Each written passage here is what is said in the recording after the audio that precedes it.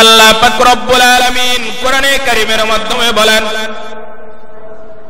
যে আমার নিয়ামত যদি লিখার জন্য সারা পৃথিবীর পানি দিয়ে যদি কালি বানানো হয় আর সারা পৃথিবীর গাছ দিয়ে যদি কলম বানানো হয়, এক সময় দেখা যাবে আমি আল্লাহর নিয়ামতের প্রশংসা শুকর আদায় করতে করতে তুমি বান্দা ওই কলমের কালি শেষ হয়ে যাবে এবং যে গাছ দিয়ে কলম বানিয়েছিলে এই কলম নষ্ট হয়ে যাবে, কিন্তু আমার শুকর আদায় করে তোমরা শেষ করতে পারবে না।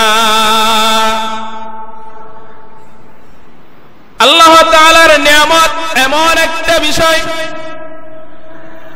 আমি যদি আমার নিজের দিকে লক্ষ্য করি তাহলে আমি দেখতে পাবো আল্লাহ পাক রব্বুল আলামিন আমাকে কত কত নিয়ামত দিয়েছেন।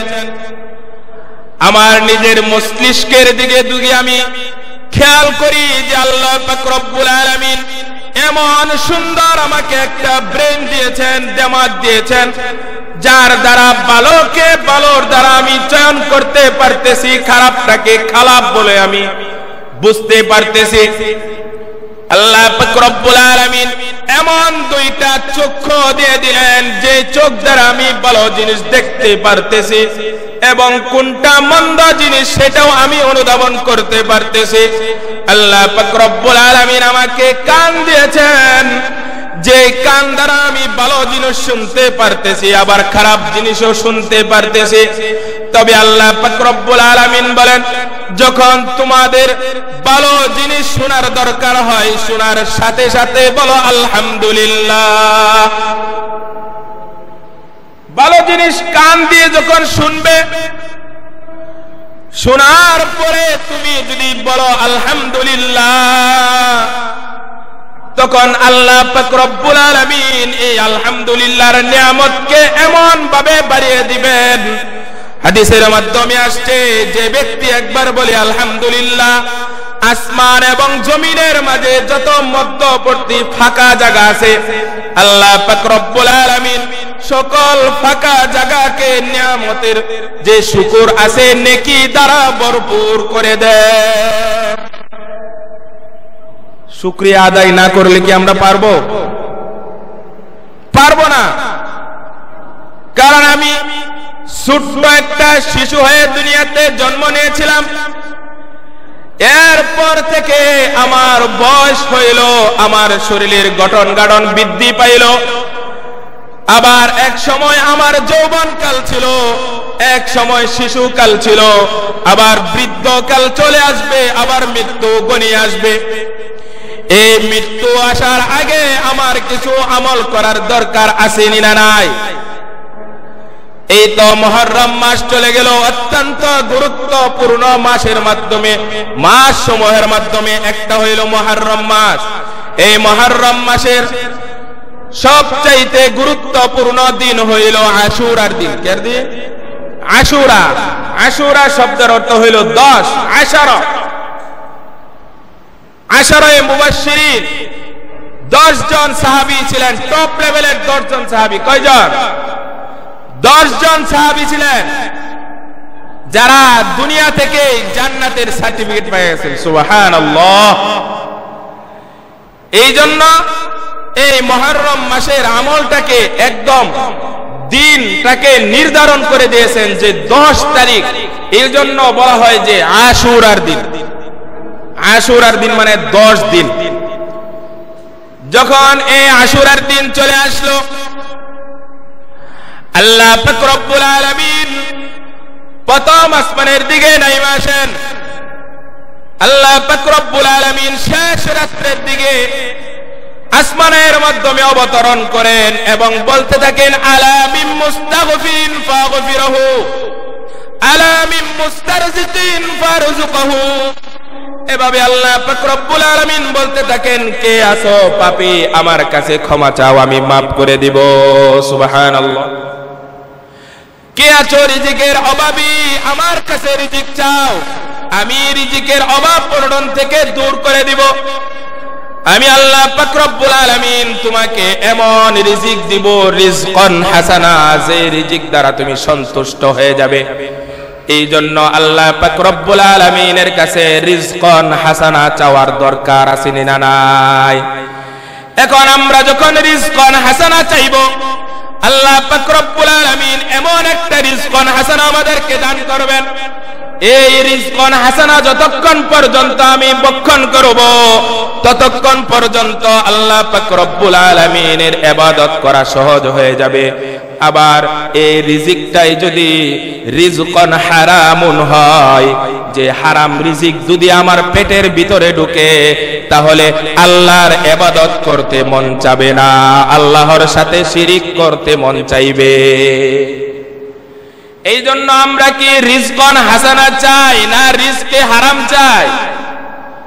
রিজকে হাসানা আমাদেরকে আল্লাহ পাক রব্বুল আলামিন দান করুন, সকলে বলেন আমিন। আল্লাহ পাক রব্বুল আলামিন রিজকে হাসানা দান করনে ওয়ালা। আবার আল্লাহ পাক রব্বুল আলামিন বলে দিতেছেন, আমি যে রিজিক তোমাদেরকে দিয়েছি, এই রিজিক খাওয়ার পরেও যদি তোমরা আমার শুকরিয়া আদায় না করো, তাহলে আমি তোমাদেরকে কাল কিয়ামতের ময়দানে কঠিন আযাবের মাধ্যমে গ্রেফতার করিব। নাউযুবিল্লাহ। এই জন্য ভাই, এই যে মুহররম মাস গেল, আশুরার দিন গেল, এগুলার মাঝে কিছু নতুনত্ব জিনিস মানুষ আবিষ্কার করে নিয়েছে, মন গড়া কিছু জিনিস আবিষ্কার করে নিয়েছে, যেটাকে বেদাত বলা হয়।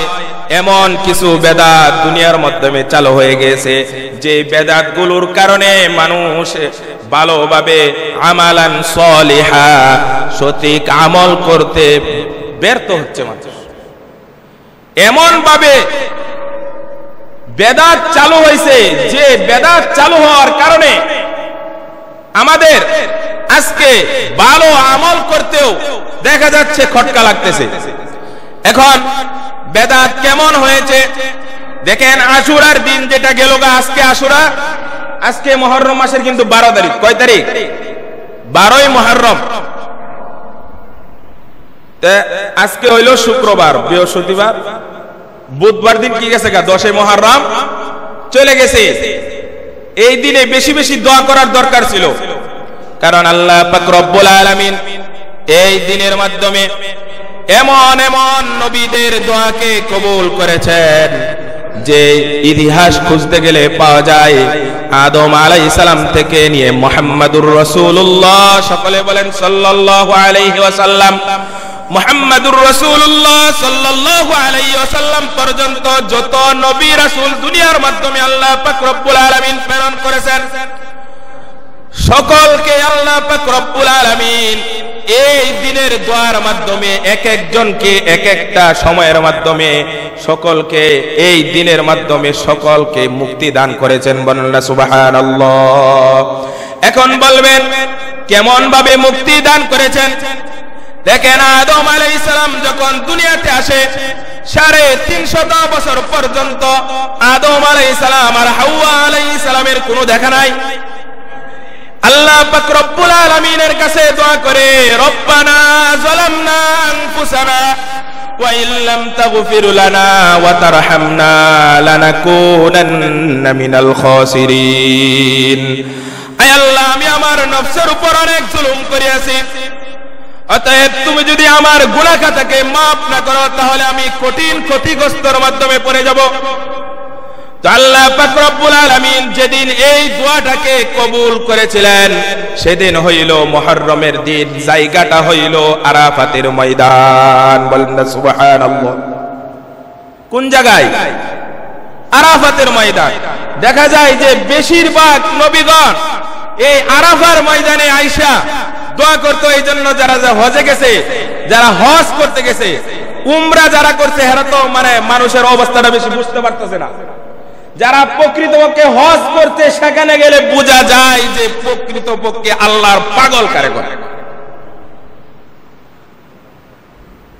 ওখানে যায় শুধু কাঁদে আর কাঁদে, কাঁদে আর কাঁদে। কেন? মনে হয় যে আল্লাহ পাক রব্বুল আলামিন সরাসরি এই দোয়াকে কবুল আর মঞ্জুর করে নিতেছে। এই জন্য মানুষ আরাফের ময়দানে অবস্থান করে দুই নামাজ একসাথেও কিন্তু পড়ে এখানে, আসর এবং মাগরিব একসাথে পড়ে। যারা হজ করছে তারা বলতে পারবে। ওখানে যাইয়া খোলা আকাশের ময়দানে অন্য মানুষ দেখলে বলবো যে এখানে কি করে না, হজ পালনের একটা ফরজের মাধ্যমে এটাও একটা ফরজ যে আরাফার ময়দানের মাধ্যমে অবস্থান করা। তো আল্লাহ পাক রব্বুল আলামিন আদম আলাইহিস সালামের এই দোয়া অনেক পছন্দ হয়ে গেল। রব্বানা যালামনা, আদম আলাইহিস সালাম নিজেই বলতেছে, আয় আল্লাহ আমি আমার নফসের উপর অনেক জুলুম করিয়াছি, ওয়া তারহামনা, অতএব যদি তুমি রহম না করো, লানাকুনান্না মিনাল খাসিরিন, তাহলে আমি কঠিন ক্ষতিগ্রস্ত হয়ে পরিণত হয়ে যাব। তখন আল্লাহ পাক রব্বুল আলামিন এই দোয়াটাকে এই আশুরার দিনেই কি করেছেন, কবুল আর মঞ্জুর করে নিয়েছেন। সুবহানাল্লাহ। আরো আছে এমন, হযরত মুসা আলাইহিস সালামকে যখন ফেরাউনের দলে যখন তাড়া করেছিল, আর ফেরাউনের দল যখন পিছে ছিল, মুসা আলাইহিস সালাম যখন সামনে ছিল, মুসা আলাইহিস সালাম যখন ওই যে নদীর উপরে যে নদীর তলদেশ দিয়ে রাস্তা হয়ে গেছিল, ওই রাস্তার দিকে যে মুসা আলাইহিস সালাম সৈন্যবাহিনী নিয়ে দৌড় দিয়েছিল, ওই দৌড় দেওয়ার মাঝে আল্লাহ পাক রব্বুল আলামিন সমুদ্রের মাঝখান দিয়ে রাস্তা করে দিয়েছিলেন। এটা আপনারা জানেন না? সমুদ্রের মাঝখান দিয়ে রাস্তা হয়ে গিয়েছিল।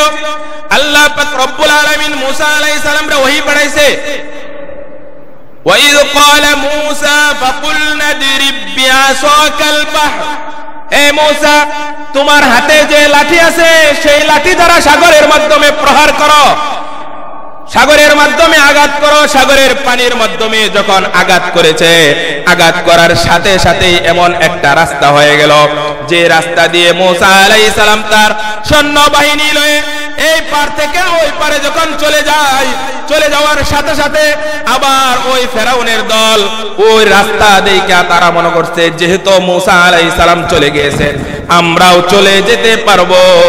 ঠিক তদ্রুপ সময়ে মুসা আলাইহিস সালামকে মুক্তি দিয়ে দিলেন এবং ফেরাউনকে পানির মাধ্যমে নিমজ্জিত করে মেরে ফেললেন। ফেরাউনের দলবলকে, কাকে? ফেরাউনের দলবলকে পানির মাধ্যমে ডুবাইয়া মেরেছিল। তখন আল্লাহ পাক রব্বুল আলামিন এই মুক্তিটা যেদিন মুসা আলাইহিস সালামকে দিয়েছিলেন, ওই দিনটাও ছিল আশুরার দিন। কের দিন? আশুরার দিন। ইব্রাহিম আলাইহিস সালাম যখন নমরুদের আগুন থেকে পার পেয়েছিল, বলা হয় যে 40 দিনের মতো আগুনের মাধ্যমে ছিল।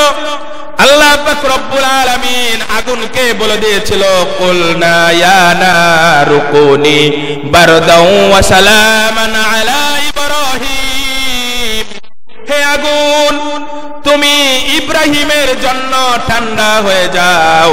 এমন ভাবে আগুন ঠান্ডা হয়ে গিয়েছিল, না শীত না গরম, একদম এয়ার কন্ডিশনের মতো হয়ে গিয়েছিল। ইব্রাহিম আলাইহিস সালাম যখন উদ্ধার করে নিয়ে আসা হইল এই আগুন থেকে, ওই সময়টাই ছিল আশুরার দিন। বলেন না সুবহানাল্লাহ। আল্লাহ পাক রব্বুল আলামিন মুসা আলাইহিস সালামকে যেভাবে উদ্ধার করেছেন, যেভাবে আদম আলাইহিস সালামের দোয়াকে কবুল করেছেন, যেভাবে ইব্রাহিম আলাইহিস সালামের দোয়াকে কবুল করেছেন, আল্লাহর রাসূল সাল্লাল্লাহু আলাইহি ওয়াসাল্লামের দোয়াকেও এভাবে কবুল করেছেন। বলেন না সুবহানাল্লাহ। এই জন্য আমাদের এই আশুরার দিনে আমরা মনে করি যে কারবালার ইতিহাস। এখন কয় কারবালার ইতিহাস, হাই হুসেন করতে করতে শরীরের মাধ্যমে আঘাত করে আর একটা মূর্তি বানায়া রড টাইনা লয়ে যায়, আর রড টানার পরে এটা নিয়ে এরা নদীর মাধ্যমে ফালায়া দেয়। এটা হইল একটা হিন্দুয়ানি কালচার। এটা আমাদের দেশের মাধ্যমে হয় না, কিন্তু ঢাকা শহরে ঠিকই হয়। বিভিন্ন জাতের মানুষ থাকে ওখানে, ঢাকাতে হয়। কিন্তু এর উসিলা কইরাও আমরা অনেক সময় কই যে এই আশুরার দিন হাসান হুসেনকে হত্যা করছে কারবালার ময়দান। এটা আমরা অনেকেই বলে থাকি। শুধু এই আশুরার দিনে এই ইতিহাস না, এখন থেকে এই একটা ভুল ধারণা সকালেই ভেঙে ফেলুন যে আশুরার দিন শুধু কারবালার ইতিহাস না, আদম আলাইহিস সালাম থেকে নিয়ে মুহাম্মদুর রাসূলুল্লাহ সাল্লাল্লাহু আলাইহি ওয়াসাল্লাম পর্যন্ত ইতিহাস আছে এই আশুরার দিন।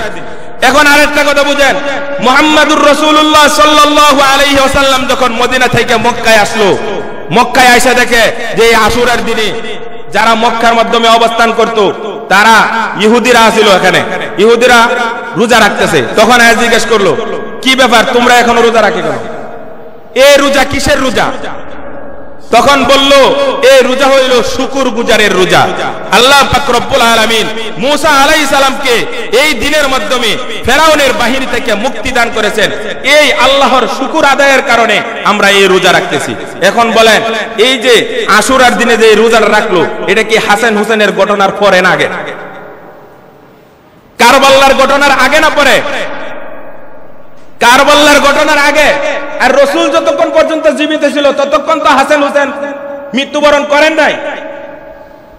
তো রাসূল যখন পর্যন্ত মৃত্যুবরণ করেন নাই তখন পর্যন্ত কি এই আশুরার আমল ছিল না? অবশ্যই অবশ্যই আশুরার আমল ছিল। না হয় রাসূল কিভাবে জিজ্ঞাসা করলেন মক্কায় আয়েশা যে তোমরা কিসের রোজা রাখতেছো? তখন তারা বলেছিল আমরা এই আশুরার দিনে রোজা রাখতেছি, যে ওই যে মুসা আলাইহিস সালামকে আল্লাহ পাক রব্বুল আলামিন ফেরাউনের দল থেকে যে মুক্তি দিয়েছিলেন, সেই মুক্তি দেওয়ার শুকরের আদায় করার জন্য আমরা রোজা রাখতেছি। এখন একদল লোক হইছে যে হাসান হুসেনের কারবালার ময়দান, এটা কয়ে হ্যাঁ এরা কান্দে আর আশুরার দিনে রোজা রাখে, খিচুড়ি ভাগ করে, এটা করে সেটা করে, মূলত কিচ্ছুই না। অথচ দরকার ছিল যে ব্যক্তি এই আশুরার দিনে একটা রোজা সিয়াম পালন করলো, আল্লাহর রাসূল সাল্লাল্লাহু আলাইহি ওয়াসাল্লাম বলেছেন যে ব্যক্তি এই আশুরার দিনে রোজা পালন করলো, যদি একটা পালন করে তাও হবে। আর রাসূল সাল্লাল্লাহু আলাইহি ওয়াসাল্লাম এমন ভাবে বলে দিয়েছেন যেন আমাদের কোনো খটকা না হয়। এখন একটা যদি করি তাহলে একটা ইহুদিরাও রাখে, একটা যদি রাখি তাহলে ইহুদিদের সাথে মিলে যায়। এই জন্য আল্লাহর রাসূল সাল্লাল্লাহু আলাইহি ওয়াসাল্লাম বলেছেন তোমরা হয়তো আগের দিন না হলে পরের দিন, হয়তো 9 তারিখ 10 তারিখ মিলায়া রাখো, না হয় 10 তারিখ 11 তারিখ মিলায়া দুইটা আশুরার রোজা রাখো, তাহলে ইহুদিদের সাথে সংঘর্ষ হবে না। আর যদি এই দুইটা রোজা তোমরা যদি রাখতে পারো তাহলে ক্বাবলা সানাতাল্লাতি বাদাহু ওয়া ক্বাবলাহু, পূর্বের এবং পরের, মানে পূর্বের 1 বছরের পরের 1 বছরের গুনাহ খাতা আল্লাহ পাক রব্বুল আলামিন maaf করে দেন। এই জন্য আমরা রাসূলের কথা মানতে রাজি আছি না নাই? আল্লাহ পাক রব্বুল আলামিন কোরআনে কারীমের মাধ্যমে বলেন, ইয়া আইয়ুহাল্লাযীনা আমানু, হে ঈমানদারগণ। কাফেররা বলে নাই, ঈমানদারদেরকে বলছে, যারা ঈমান এনেছে, মুসলমানের ঘরে জন্ম নিয়েছে তাদেরকে বলতেছে আল্লাহ, ইয়া আইয়ুহাল্লাযীনা আমানু আতিউল্লাহ ওয়া আতিউর রাসূল, হে ঈমানদারগণ তোমরা আল্লাহর আনুগত্য করো, ওয়া আতিউর রাসূল ওয়া উলিল আমরি মিনকুম। এখন বলবেন যে হুজুররার কথা কেন মানন লাগে? হাদিস হুজুররা কেন কয়? এই যে দেখেন এই আয়াতের মাধ্যমে প্রমাণ। আল্লাহ পাক রব্বুল আলামিন নিজেই বলতেছেন, ইয়া আইয়ুহাল্লাযীনা আমানু, হে ঈমানদারগণ, আতিউল্লাহ, আতিউ শব্দের অর্থ হইল আনুগত্য করা, আল্লাহর ইবাদত করা, ওয়া আতিউর রাসূল, রাসূলের আনুগত্য করা, রাসূলের সুন্নাত পালন করা, রাসূল যেটা বলেছেন সেটা পালন করা, রাসূলের সুন্নাতের বাহিরে না যাওয়া, ওয়া উলিল আমরি মিনকুম, রাসূলের পরে যারা আদেশ করবে তারা হইল উলামায়ে কেরাম এবং হুজুর। তারা যে আদেশ করবে তোমরা মনে করে নিবা যে সেই আদেশটাই কে করতেছে? রাসূল করতেছে। কেননা রাসূল সাল্লাল্লাহু আলাইহি ওয়াসাল্লাম যে সুন্নাতগুলো বলে গিয়েছেন হাদিসের মাধ্যমে, যে হাদিস আমরা বর্ণনা করি, মান আহাব্বা সুন্নতি ফাকাদ আহাব্বানি ওয়া মান আহাব্বানি কানা মাই ফিল জান্নাহ, যে ব্যক্তি আমার সুন্নতের অনুসরণ করলো সে যেন আমাকে অনুসরণ করলো, আর সে যে আমার সুন্নতের অনুসরণ করলো, আমি আল্লাহর রাসূল সাল্লাল্লাহু আলাইহি ওয়াসাল্লাম বলেন যে আমার সাথেই কাল কিয়ামতের ময়দানে তার জান্নাত হবে। এই জন্য সবকিছুই তো মানতে হবে না? রাসূলকে মানলাম, আল্লাহরে ছেড়ে দিলাম, রাসূলকে মানলাম, এখন তো রাসূল নাই, তাদের কথাগুলি কিতাব আকারে ছাপানো হয়েছে, এই কথাগুলি হুজুররা বলতে যায়, এরপরে হুজুরের দেখায় সব বেদাত, হুজুররা যা করতেছে সব বেদাত করতেছে, একটাও ঠিক নাই। এখন পর্যন্ত ওই হাদিস পড়েই নাই কেউ, শুনবো কোথায়? এখন এক জায়গা থেকে ভালো একজন মাওলানা সাহেব আসছে, সে হাদিস পড়ছে 15, 16 বছর 12 বছর লেখাপড়া কইরা সে বুখারী শরীফ পড়েছে, তিরমিজি শরীফ পড়েছে, নাসাই শরীফ পড়েছে, মুসলিম পড়েছে, আবু দাউদ পড়েছে। এগুলা সব পড়ে আসার পরে একটা নতুন করে যদি হাদিস বলে তখন কইবো যে এই হাদিস তো জীবনও শুনে নাই। হাদিস কিভাবে শুনবো? হ্যাঁ, তো হাদিস পড়েই নাই কেউ, পড়লে সেটা শুনতো। আমরা যেগুলো হাদিস মানে মোটামুটি আমরা পড়ি ছোট ছোট বইয়ের মাধ্যমে পাওয়া যায়, নামাজ শিক্ষা বইয়ের মাধ্যমে পাওয়া যায়, এমনি ফাজাইল আমলের মাধ্যমে পাওয়া যায়। এগুলির মধ্যে কি সব কিতাবের হাদিস আছে? নাই।